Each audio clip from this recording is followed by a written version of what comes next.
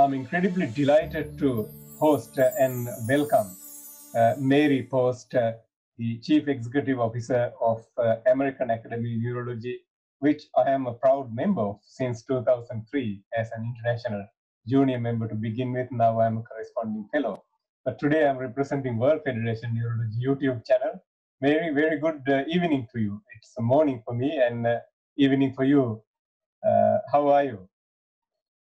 Thank you. I'm very well, thank you, and it's so good to be with you tonight. Thank you. Mary, as you know, we do know that neurological disorders are the leading cause of disability and second leading cause of death. We all know that there's whole gamut of work to be done in neurology globally. And at the same time, we live in this pandemic, which is threatening humanity worldwide. But my question to you is, having seen the World Federation Neurology, Movement Disorder Society, American Academy of Neurology, all other global neurology organizations are joining forces to talk on Parkinson's disease as the main theme, with the ambitious agenda of ending Parkinson's disease as the World Brain Day theme in this year. How excited are you as the Chief Executive Officer of one of the most powerful neurology organizations in USA, which I believe a global organization? Yes, the American Academy of Neurology is so proud to support the World Federation of Neurology's World Brain Day each year. We feel this is important to partner together to raise this awareness and to educate communities about Parkinson's disease. And I think the more than 650 plus other brain disorders. We do encourage our member societies and the Parkinson's patients community to share the important resources that are provided by the World Federation of Neurology and the International Parkinson's and Movement Disorder Society as well. We're just really pleased and excited to participate in World Brain Day again this year. And the last year, Mary, we had incredible support from your team, especially Brain and Life magazine. We know the editor-in-chief is going to be the incumbent president also. I think further exciting time ahead for global neurology, where we talk on patient-focused, patient-centered clinical practice of neurology. And we sincerely hope that we would continue to garner that support this year also. I believe we reached out to over 15 million people worldwide last year with that support through our Twitter campaign and other social media campaigns. I want to see that we break that record this year, given that we live almost virtually these days globally. Yes.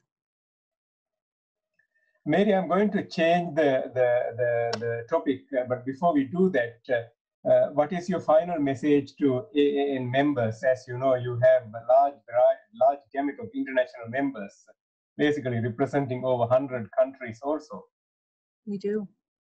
Yes, we do. And my message to our international members on World Brain Day is an acknowledgement that, Parkinson's disease affects more than 7 million people around the world, and that access to quality neurologic care and essential medications for Parkinson's disease are unavailable in many parts of the world. The World Brain Days Move Together to End Parkinson's Disease initiative is really critical for us to help build awareness of Parkinson's disease and to continue to advocate for the highest quality patient-centered care worldwide. That would be my message for them. I think that's a very powerful message, Mary. I live my double life between the rural Sri Lanka as well as Melbourne, Australia. When I can travel, I work in both parts of the world. The irony of this is whether you see a patient in Melbourne or whether you see a patient in a rural Sri Lankan city, you still see undiagnosed patients, as people have this belief that when you slow down, when you have a little bit of tremor, when your cognition or when your memory function is not great, people basically push that under the carpet, saying that, oh, it's part of normal aging. I see this in Melbourne too, surprisingly. And I'm not surprised that it would be the same in any developed city in the world for that matter. Therefore, raising awareness is of critical importance for all neurological disorders, and certainly in Parkinson's disease, which is actually a pandemic within inverted commas itself. When you look back from 1990 to 2017, that Ray Dorsey from USA and a couple of others, including myself, we wrote a paper in Lancet Neurology basically saying to the world that the number of Parkinson's disease patients in the world doubled from 1990 to 2016. In fact, when you look at all neurodegenerative disorders, Parkinson's disease seems to be the fastest doubling or fastest growing disorder. And hence this ambitious agenda of let's put an end to this pandemic. Let's look at what preventative measures that we can take. Let's make sure that we use medications when it is available. And even if there are places where medications are not available, I was talking to one of the neurologists from Sub-Saharan Africa as part of this interview process.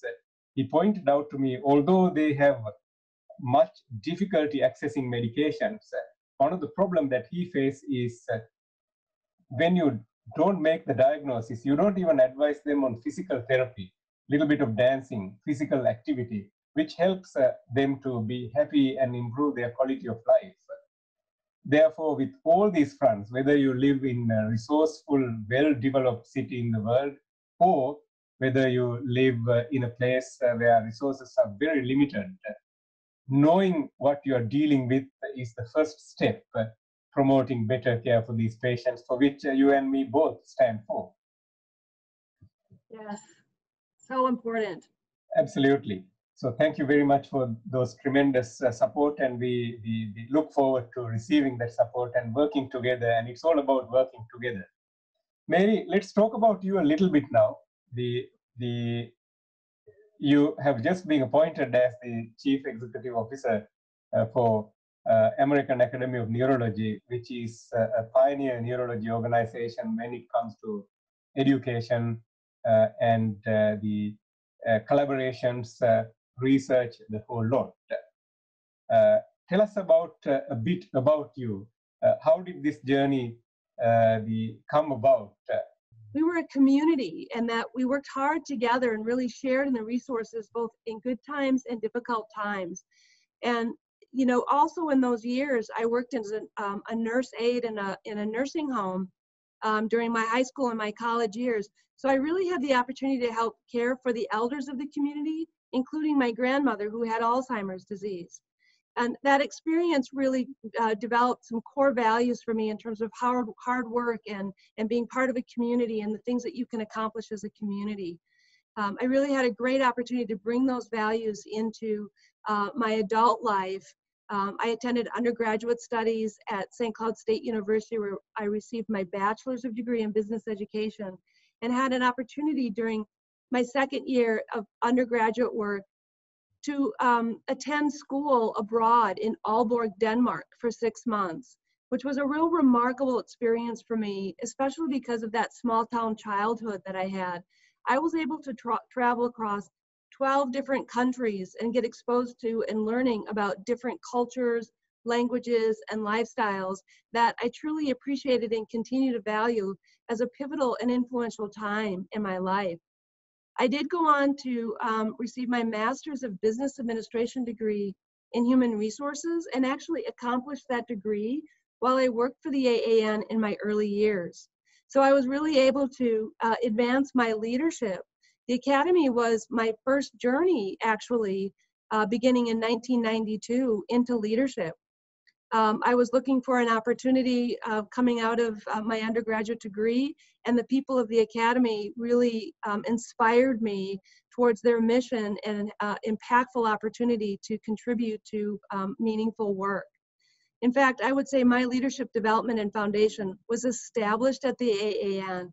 And even though I left in 2008 after 16 years of experience, those leadership lessons and skills I was able to put together in another organization and advance them, which really prepared me to be the CEO today, to return home to Minnesota and into this important role. I feel just so inspired by the professionalism, the innovation, and the leadership and community that we have here. to be able to bring those values to this organization and advance our mission. Everyone here is just so truly dedicated to the profession and really working towards cures for neurologic care and developing and advancing the highest quality of neurologic care. In the contribution to global brain health is enormous. I can understand what you are talking about as I myself grew up in a small farming community back in Sri Lanka. It's all about camaraderie and the working together as a team. Good times, bad times, but you keep smiling. Coming back to AAN, I think during my younger days, we used to call the Neurology Journal as Green Journal, and I still call it Green Journal. And Continuum, we used to call it as Gold Journal. And I remember vividly, I was trying to get into neurology training in New Zealand at that time.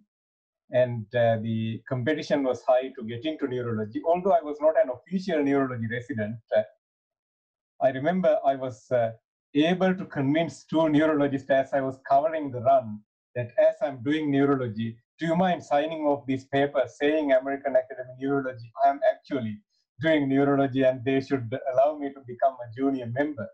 And I then became a junior member. So I officially became a junior member for AAN few months before I officially started neurology training in New Zealand.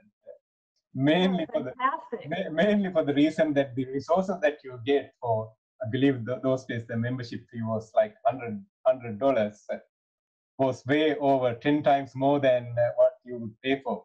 Because as a junior, you get the Green Journal, you get the Gold Journal, you get unlimited educational material that you have no time to go through. And the other impact that AAN has done in the world is offering the leadership opportunities for the upcoming people from other parts of the world. Although your primary interest is USA, I have seen since 2008, as I got involved more with AAN, I've seen how these international selected people go on and then move and shake things in their parts of the world, basically promoting better brain health globally. And lastly, seeing that the Continuum journal that AAN is offering to World Federation Neurology is one of the critical important part for us at World Federation Neurology to offer ongoing education free for most colleagues in other parts of the world.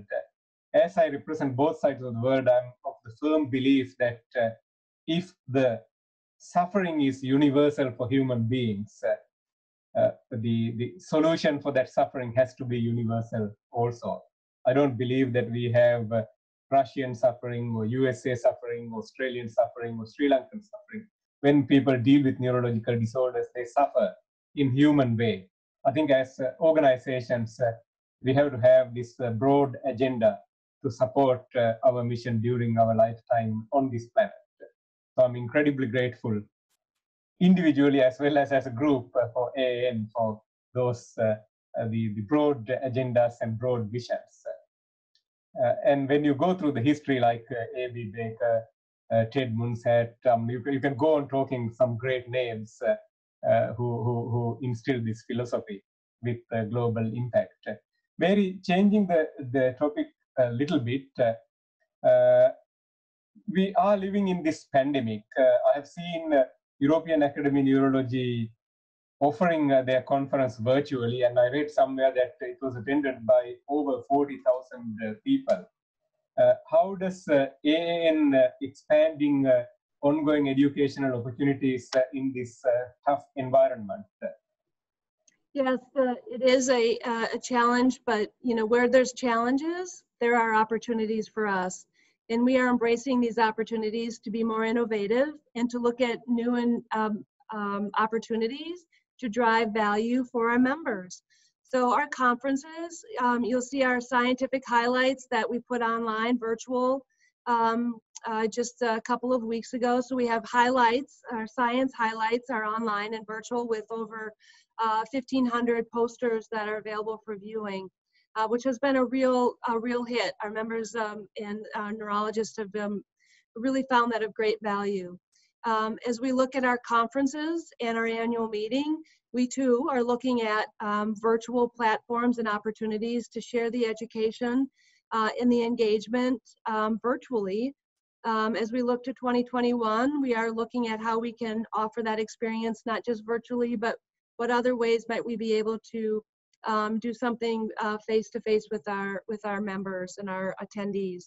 So it's an opportunity really to be creative, to look outside of our box in terms of how we normally deliver content and science and education, and bringing our community together. But we are finding good and innovative ways to provide those resources and to bring everybody together in this virtual environment. So we are learning, like everyone else, how to demonstrate that value through these new virtual approaches. One of the other innovative things that AN has done is introducing medical students fairly early on, the SIGN group, or the student interest group in neurology. Are there activities offering for them during these tough times also? Other than neurology and other than offering leadership for AAN, how do you pass time during your spare time, if you have any? And I continue today to really enjoy the outdoors and staying active, whether that's getting out for a run, going hiking. I really like to be active and outdoors in my workout, and it really helps me in my work. Any other outside interest? Now the travel is limited and travel is controlled. Do you like music, reading? Oh, I enjoy very much to read. Yes, I'm an avid reader. Right. So as the newly appointed CEO, what is your vision for the next 5 to 10 years for American Academy of Neurology, locally as well as globally? Well, the vision is to continue to be indispensable to our members, to continue to transform and find new and innovative ways to bring resources of value to our members, both nationally and internationally, to make those resources useful for from all stages of delivering care, to really bring a great value to our members, and continually being agile and transformative in how we are bringing those resources, meeting our members where they are and what they need. For international members in particular, Mary, what is your message to them? How can they get best out of American Academy of Neurology? What are the resources that they can turn to during these times? And what are the things that they should look up for in time to come? I would like you to address both junior members of AAN globally, as well as senior members, that includes fellows and corresponding fellows globally also. I know there are a multitude of ways that international members can get involved with AAN, and if Yes. you remind them. I would strongly encourage them to check out our website and all of the resources that we make available, from our NeuroBites to our online resources and annual meeting on demand that we offer them, the journals, the publications that we make available. By visiting AAN.com, there are lots of resources that are available to our members that I think they would find of great value. And we should also remind them there are multiple opportunities that they could potentially use, things such as Palatucci Advocacy Forum. There are opportunities for international members to apply. And then the international scholarships, I am part of that committee. And I believe the current president increased the number from further 5 or 10 compared to last year. So hopefully, once the pandemic is over, youngsters from overseas would find it of enormous value. Having attended AN meetings multiple times, I have seen the incredible collegial friendship and how easy to approach anyone in AN leadership for national as well as international members.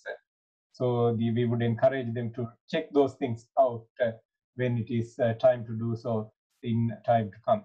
Any other final comments? Thank you. Thank you for highlighting those. Those are tremendous resources, and we value our international members and hope that they will seek those resources out. Thank you. Absolutely, and I intend to hopefully to interview, as I said, although it is not called Green Journal, I continue to call it Green Journal, the Neurology Journal editor-in-chief and Brain and Life editor-in-chief also, so that viewers can get to know them. And now the AN has the plethora of publications where people can submit and people can read, so hopefully I would have time to interview them and bring them to WFN YouTube channel so that our viewers can get to know more.